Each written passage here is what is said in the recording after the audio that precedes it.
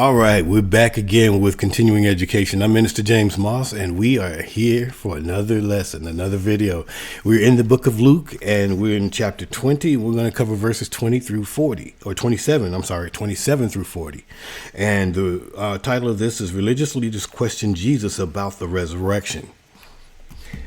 You know that's going to be good, right? Okay, we already see how they've already tried to snuff Jesus a few times, and he's like, pause.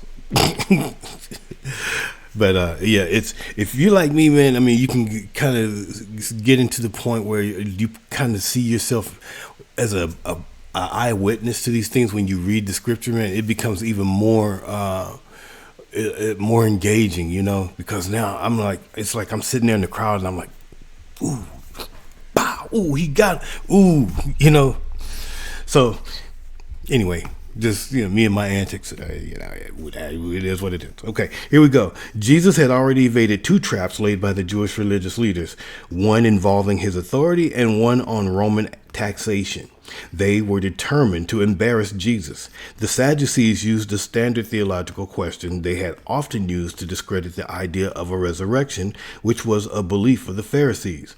Jesus rose to this occasion as well, and he exposed the Sadducees' ignorance of the scripture and of God's infinite power. All right. And if you remember in a couple of videos back, I talked about how they all were like a trip hammer, one after the other. The Pharisees, the Sadducees, the Essenes, the Herodians, whatever, was trying to trip him up, because now everybody is kind of like, ooh, this guy's got to go. He's bad for business, especially after he whipped the people out of the church. All right, here we go. Then came to him certain of the Sadducees, which deny that there is any resurrection, and they asked him, saying, Master, Moses wrote unto us, if any man's brother die, having a wife, and he die without children, that his brother should take his wife and raise up seed unto his brother.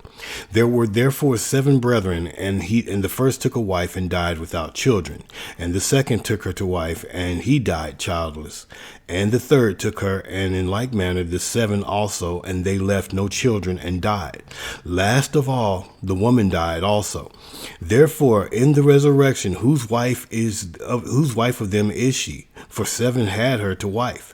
And Jesus answering said unto them, the children of this world marry and are given in marriage, but they which shall be accounted worthy to obtain that world and the resurrection from the dead neither marry nor are given in marriage, neither can they die any more, for they are equal unto the angels and are the children of God, being the children of the resurrection. Now that the dead are raised, even Moses showed at the bush when he calleth the Lord the God of Abraham and the God of Isaac and the God of Jacob. For he is not a God of the dead, but of the living, for all live unto him. Then certain of the scribes answering said, Master, thou hast well said. And after that, they durst not ask him any question at all. Love it, love it, love it. All right, so here we go. No sooner had one delegation withdrawn from Jesus in amazement than another appeared to take up the cause. The Sadducees were a group of conservative Jewish religious leaders who honored only the Pentateuch, which is basically Genesis through Deuteronomy, as scripture. So they did not believe in a resurrection of the dead because they could find no mention of it in those books. Verse 28, in the law, Moses had written that if a man were to die without a son, his unmarried brother should marry the widow and produce children. The first son of this marriage would be considered the heir of the dead man. The main purpose of the instruction was to produce an heir and guarantee that the family would not lose their land. The book of Ruth gives an example of this law in operation. This law, called levirate marriage, protected the widow and allowed the family line to continue. Verses 29 through 33, in order to show what they perceived as the absurdity of believing in the resurrection, the Sadducees offered a hypothetical situation in which the same woman married and outlived 7 brothers, but never had any children. This particular woman would have had a real problem because when she and her 7 husbands would be resurrected, the Sadducees asked, whose wife will she be? Their problem lay in their view of resurrection and the God who, throughout Scripture, promised it. The Sadducees had brought God down to their level and decided that because they could not make sense of the resurrection life, God couldn't raise the dead. They did not consider for a moment that God, creator and sustainer of all life, could not only raise the dead, but create entirely new lives that would be different from what people had on this earth. Verses 34 through 36, Jesus pointed out that there are differences between life in this age and life in the age to come. The resurrection life in heaven will not be merely a continuation of life on this earth. Here in this world, people marry and are given in marriage. However, those who do get to heaven will find that their lives are not merely extended into eternity, but that everything is different. They won't be marrying or being given in marriage. They will never die again. Believers anticipate a resurrection to a life of no more tears or sorrow. In the new heaven and new earth, marriage will no longer be needed. Inheritance laws and property rights will be irrelevant. It is important to human beings in this world, but it will not be a needed feature of the kingdom to come.